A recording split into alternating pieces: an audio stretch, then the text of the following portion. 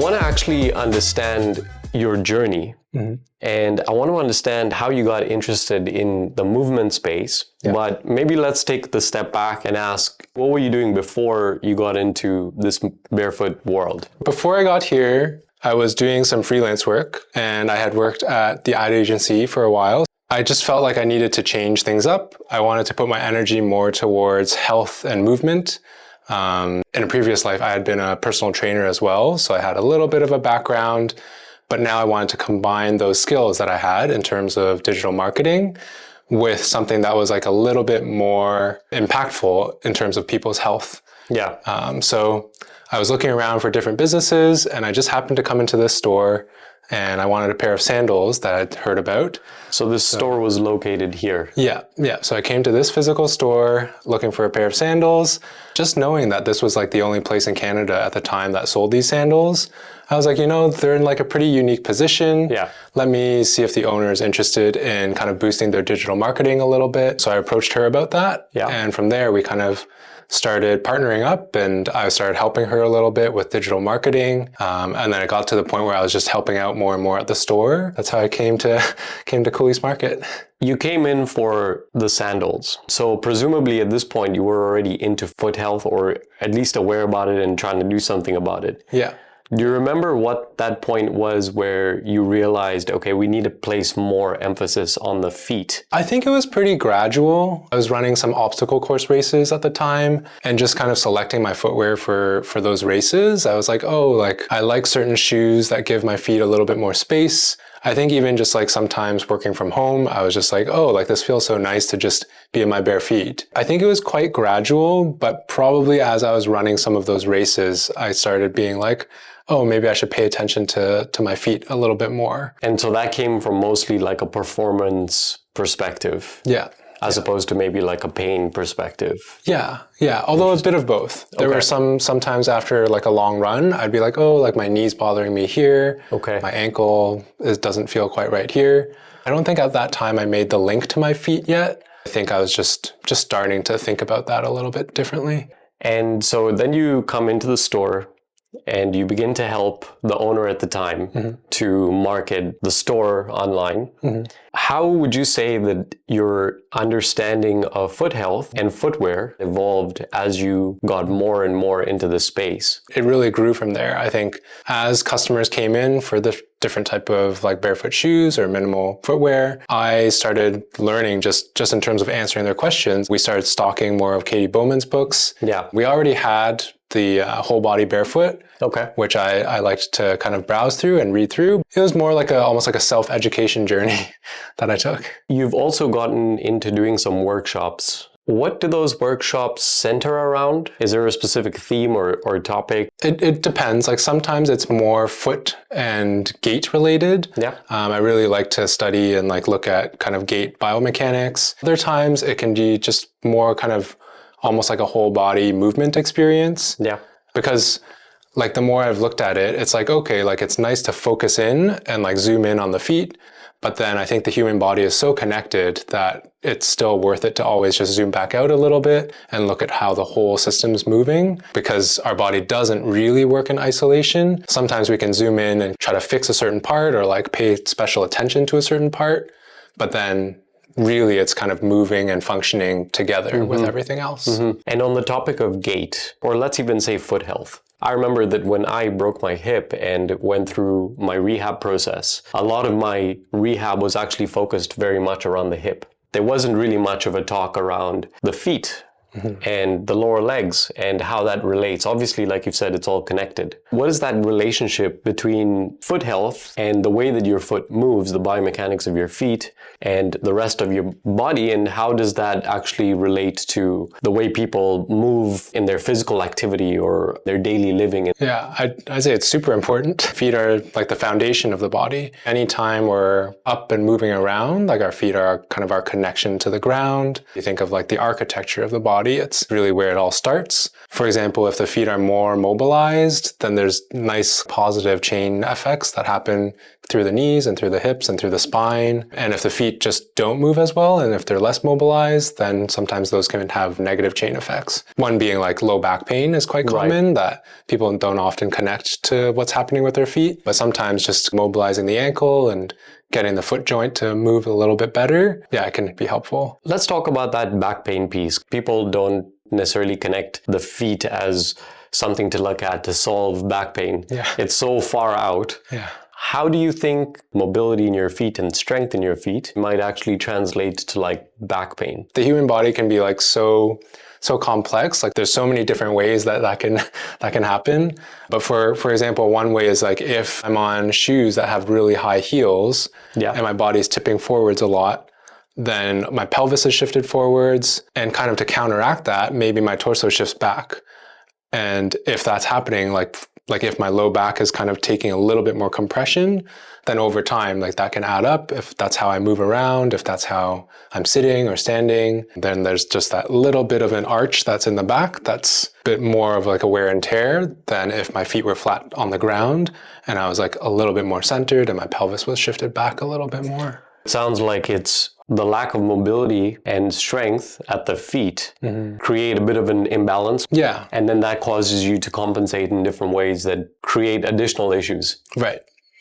Let's talk about barefoot transitioning. I've shared with you previously my own journey going from 0 to 100, from cushioned shoes to barefoot shoes, and then experiencing some problems with it, and then reeling it back and finding a bit of a middle ground. For people who are thinking about barefoot shoes or thinking about more natural movement, how would you recommend that they approach that journey? I think the main thing is to kind of think about what the purpose would be. I think everyone has like that kind of unique journey where if they wanted to just kind of mobilize their feet a little bit more, that would be very different from like a runner who wants to transition, who's running regularly in traditional footwear to more kind of minimal footwear. The main thing I'd say to start off with is just pay a little bit more attention and bring a little bit more awareness to how you're walking, what kind of surfaces you're walking on, the speed of your walking. And there's different ways to do it. Like you could have more cushion, especially if you're on pavement or concrete a lot. Sometimes that can be a nice way to transition without going full impact. But a lot of other times, some people like to dive into it. And as long as they're paying enough attention, that's not necessarily a bad thing to go really thin right off the bat, because that gives the body more feedback where it's like, oh, okay, maybe don't hit the floor that hard. And then those people might be able to kind of pay attention and rein it in a little bit sooner than if they had opted for the cushion. So both those options can work. It's just kind of depends on the person. For, let's say, maybe not a very athletic person, for someone who has some activity in their life, they want to be more active, they want to incrementally improve their physical health and the way their body moves. What does that transition look like? Does it mean wearing it for a portion of the day or for certain activities maybe as a start? Yeah. So I guess it depends how they're using their shoes currently. For example, if they have like a 15 to a 30-minute walk in the morning, then to try on the minimal shoes for that walk. If someone wants to add in something different, so instead of just inserting the shoes in their already kind of structured and scheduled day, one nice thing to add in would be, say, a walk through the park. That's off of the concrete. So once there's kind of sticks and kind of more rolling terrain, then that's really nice on the ankles. Why is that helpful? Or just because you have variety in... Yeah, variety through the ankle, but even the feet, like there's 26 bones in each foot. So altogether, I think it's something like 33 joints. And so each kind of articulation that the foot can go through, having some different terrain is really nice just to kind of lubricate those joints and get them moving a little bit more. I see. How would someone know that they're ready to like increase their exposure? What's that point when people are like, am I ready to spend more time with it or make it more part of my life? I think it really is like a journey of testing it out. Almost like pushing that boundary a little bit, reading like a little bit of discomfort and pain in the body. It's not always a bad thing. Sometimes that's just like a signal of, okay, like maybe that was a little bit too far. Let me bring it back in. But over time, that boundary will kind of continue to expand. The goal, if that person chooses to, is to gradually grow and like allow their feet to strengthen to the point where they can handle like a little bit longer duration, or for example, running if they wanted to do that. Do you think that someone could work their way up to just wearing barefoot shoes? Yeah, Yeah, Okay. for sure. Yeah. So that is an achievable goal. Yeah. I think that's something I've done. Okay. I have had my setbacks and my lessons where I kind of gave myself a bit of an injury, had to take some time to rein back in a little bit, rebuild, and then gradually build up again. Listening to your body sounds like it's a very important piece. You talked about body awareness to begin with, and then now we're talking about how, again, being aware of how you feel, being part of that successful transition. What would you say is the role of body awareness in the way that we move, in our movement quality? I feel like it's the biggest thing. Interesting. I think it's almost, these days for me, it's almost like, well, that could have been like one way to help me move better. Now I'm moving in order to increase the body awareness. Like that's almost my goal now.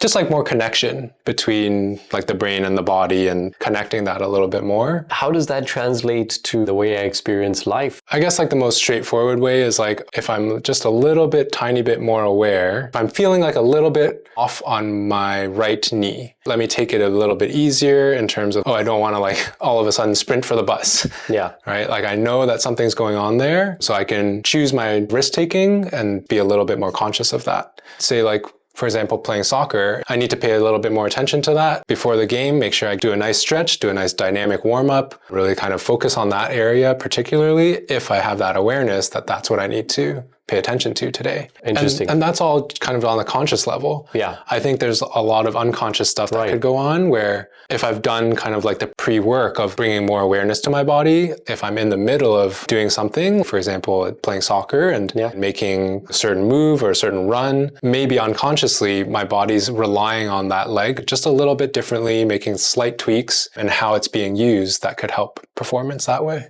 As we get towards the end, I want to actually understand more about your workshops and more about what you're teaching and preaching and exercising out there.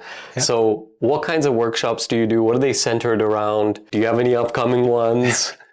Yeah, so they're often around foot mobility for strength and balance, sometimes a little bit more lower body efficiency or more power. I did one recently for a local studio gym. Sometimes I'll substitute some classes or do a workshop from Spirit Loft, which is a nice studio on Carlaw. And actually the owners there taught me a lot in terms of my own kind of learning of movement. So that's a really nice spot. So in these workshops, is it basically running through a set of exercises? It's kind of like a mix. Part of it is like a little bit of an education piece. So for example, a little tidbit on anatomy. If the bones are organized this way on the ankle, how does that affect how we actually move it? Because I think that's actually quite important in terms of changing how we envision our own joints. That can change how we move our joints. And then from there, it's more like exercises and stretches. So stuff that can be incorporated in somebody's self-care routine. For example, at the beginning of the day, activating some of those intrinsic foot muscles. And then for the rest of the day, whatever they're doing, those muscles hopefully will kick into place a little bit more and then strengthen over time. Or even at the end of the day, after a long day of being on your feet, being able to stretch and relax some of those muscles, that can create space and open things up. And then from there, that's the stretching and exercises that are more focused. And then from there, I usually like to go a little bit more kind of like global movement patterns. So more stepping and weight shifting and a little bit of dynamic movements. So if someone is wearing barefoot shoes more and more over time, and maybe they feel like their feet are getting exhausted, do you recommend like things to do to supplement your barefoot journey? Yeah, I think so. Yeah. Sometimes people like to use kind of like an acupressure ball or a yoga tune-up ball. That can help kind of release some of the tension that might be building. It can be a lot all at once to dive into barefoot shoes and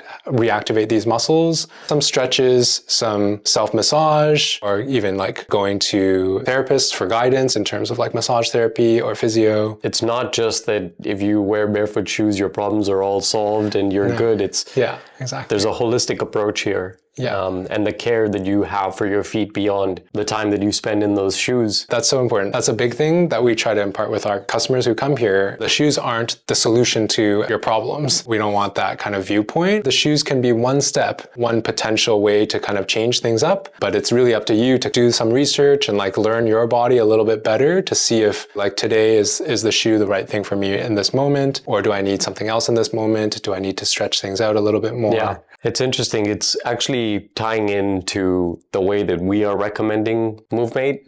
You know, we spend 7 hours at least inactive a day at our desk, at least. The 7 hours there is an opportunity to convert some of that inactive time into active time. And it's just one piece of the puzzle. You could be on a barefoot shoe journey. You can incorporate Movemate into your workday. You need to do the after work, end of day stretches.